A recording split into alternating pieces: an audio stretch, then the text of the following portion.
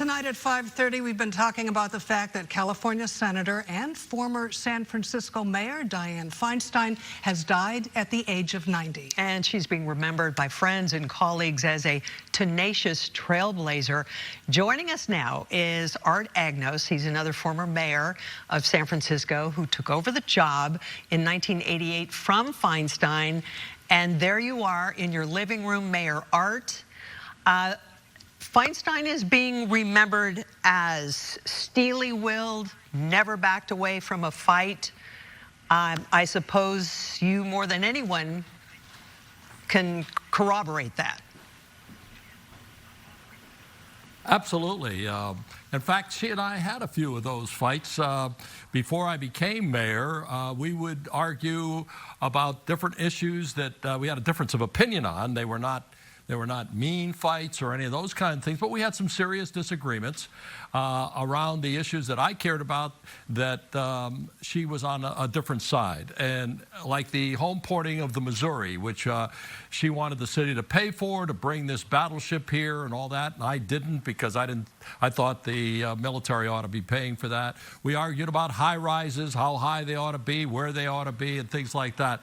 But after I became mayor, when I was elected mayor, and went through some of the same kinds of things that she did, and when I was finished, I had a whole new respect for her, because I knew then what I didn't know before, and that's all of the demands that are made on the mayor's office, and she responded so well. She was really a star, and I consider her to be one of the best mayors in the history of this city because of what she did in stabilizing the city, as well as the cable cars, which are iconic and a forever kind of thing. She did that by herself. And having taken down the Embarcadero Freeway, for example, I know what's involved. So I have a great deal of respect, admiration for her steeliness, for her unwavering commitment to the city and the issues she cared about. Frankly, I'm also extremely impressed. She went out on her own terms. She didn't let any of the pundits who have been harassing her for the last year and a half, and some of the critics, saying she ought to get out because she couldn't handle this or she couldn't handle that. Diane Feinstein showed the country what her determination means, even when it came to her own passing. And I admire her for that too. Hey, Art, let's go back to the mayor thing for a minute. I've heard people say, well, you know, Diane Feinstein never really stopped being San Francisco mayor. And I'm thinking, well, I don't know, how was that all good for Art? I mean, was she offering input or advice? Did that get to be a little too much? That's a very apt observation. She really loved being mayor. I think she was a mayor all her life. And she did it with me. She would, I used to call it backseat driving because I got a little irritated with it from time to time. But I came to understand where she was coming from, and again, respected her for what she had done and the good advice she gave me. We just finished with a terrible, terrible COVID epidemic. Well, she went through the entirety of the HIV/AIDS epidemic, which was even more deadly than what we just went through in the last couple of years. She was superb. She was as good as London Breed was and has been on the COVID epidemic. She was great with the HIV thing, helping set up the first programs in America and lobbying for them in the United States Congress. So, Mayor Art, you know, not to put political labels on people, but it's what we do. But she was known as a conservative Democrat, and you're known affectionately as a very liberal mayor. Is that something that was viewed within the confines of San Francisco and the Bay Area, or is that just sort of a national viewpoint?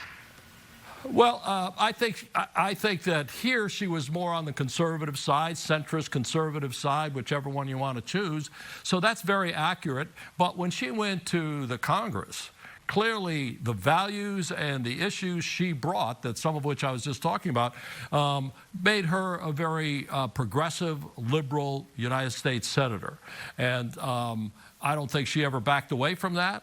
I think she let the labels come at her from the pundits. She didn't try to label herself. Hey, artist Catherine, you have great stories and anecdotes about people you've known or met or worked with. Mother Teresa comes to mind. So do you have any stories about Diane Feinstein that, you know, things we wouldn't otherwise hear about? No, we didn't like each other most of the time, so we didn't hang out. But we did work together on issues that involved San Francisco. And we liked each other when we did that. It was just on some of these other political issues that we didn't like each other. I'm talking about politically, not personally. Personally, we got along very well. In most of the time, it was around ceremonial movements or ceremonial activities on the city.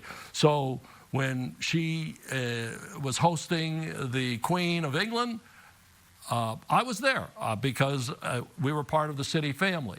But she handled herself. I remember I kept marveling at her, I don't know what her class, how she was so comfortable dealing with the Queen of England or the Pope of the Catholic Church. And I learned from watching her deal with such grace with people that are internationally famous. I think it's fair to also say neither of you cared for the Embarcadero Freeway, and Mother Nature came along and took care of that for both of you. It came, yeah.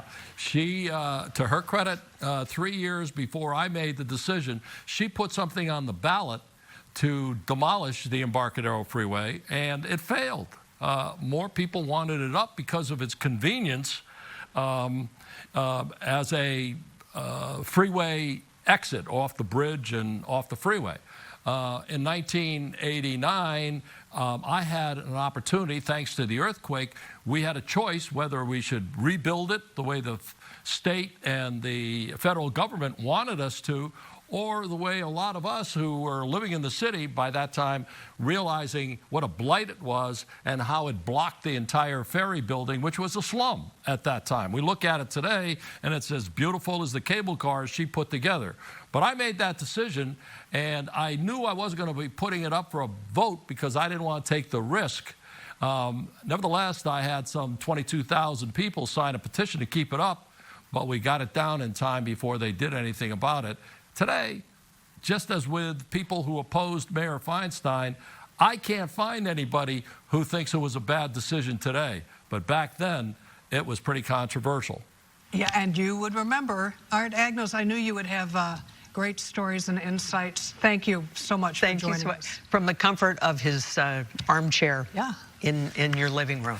Thank you, Mayor Art. Have a good evening. Coming up tonight at 5, and after nearly 30 years, an arrest and murder charge in the death of rap icon Tupac Shakur.